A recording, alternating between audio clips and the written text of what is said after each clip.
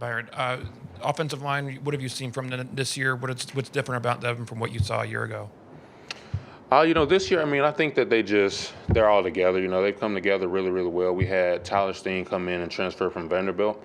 He's been a great addition to our offensive line. We've seen some guys kind of rotate in and try to figure out the best lineup. But I think they've really come together. I think they pass block really well. I think they really run block really well too. They've done a great job protecting Bryce. During our periods where we're doing good on good. So I think they're coming together really well.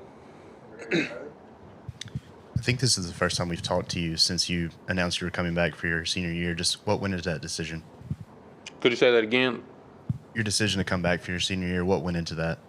Really just I felt like I had unfinished business. I felt like last year we kind of left off where I don't want to leave off. I feel like also just with my education, I wanted to finish my degree. That's something that my mom really wanted me to do, and she talked to me about. So really just wanting to finish it off on the right foot and then wanting to get my degree.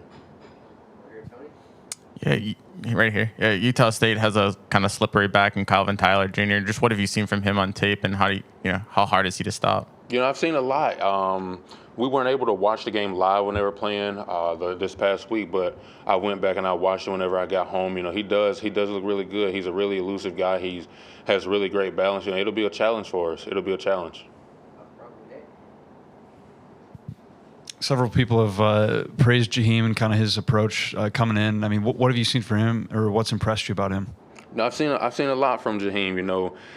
We're from the same place. He's from Mississippi. I'm from Mississippi. So I've seen a lot of him. I've been proud of him. He came in ready to work right away. He lost a lot of weight. He's been learning the plays really, really well. He's been great. He's just been great overall.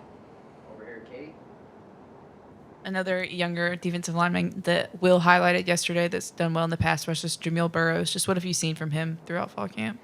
I've seen a lot from Jamil too. I've seen a lot of maturing. I've seen a lot more consistency from him. I've seen him, making plays consistently during practice, during scrimmages. So he's learned the plays a lot better. He's communicating a lot more. So I've seen a lot from him.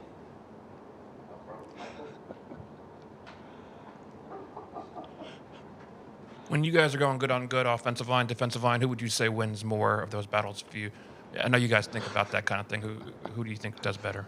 I mean, personally, I gotta say the defensive line. I think we get the best of them, but in all honesty, man, it's a great back and forth. Those are great players that we have over there. We have great players on the defensive line, so I think that it probably evens out most of the time. One day they might get us, the next day, we might get them. So it's something that really I would probably say evens out.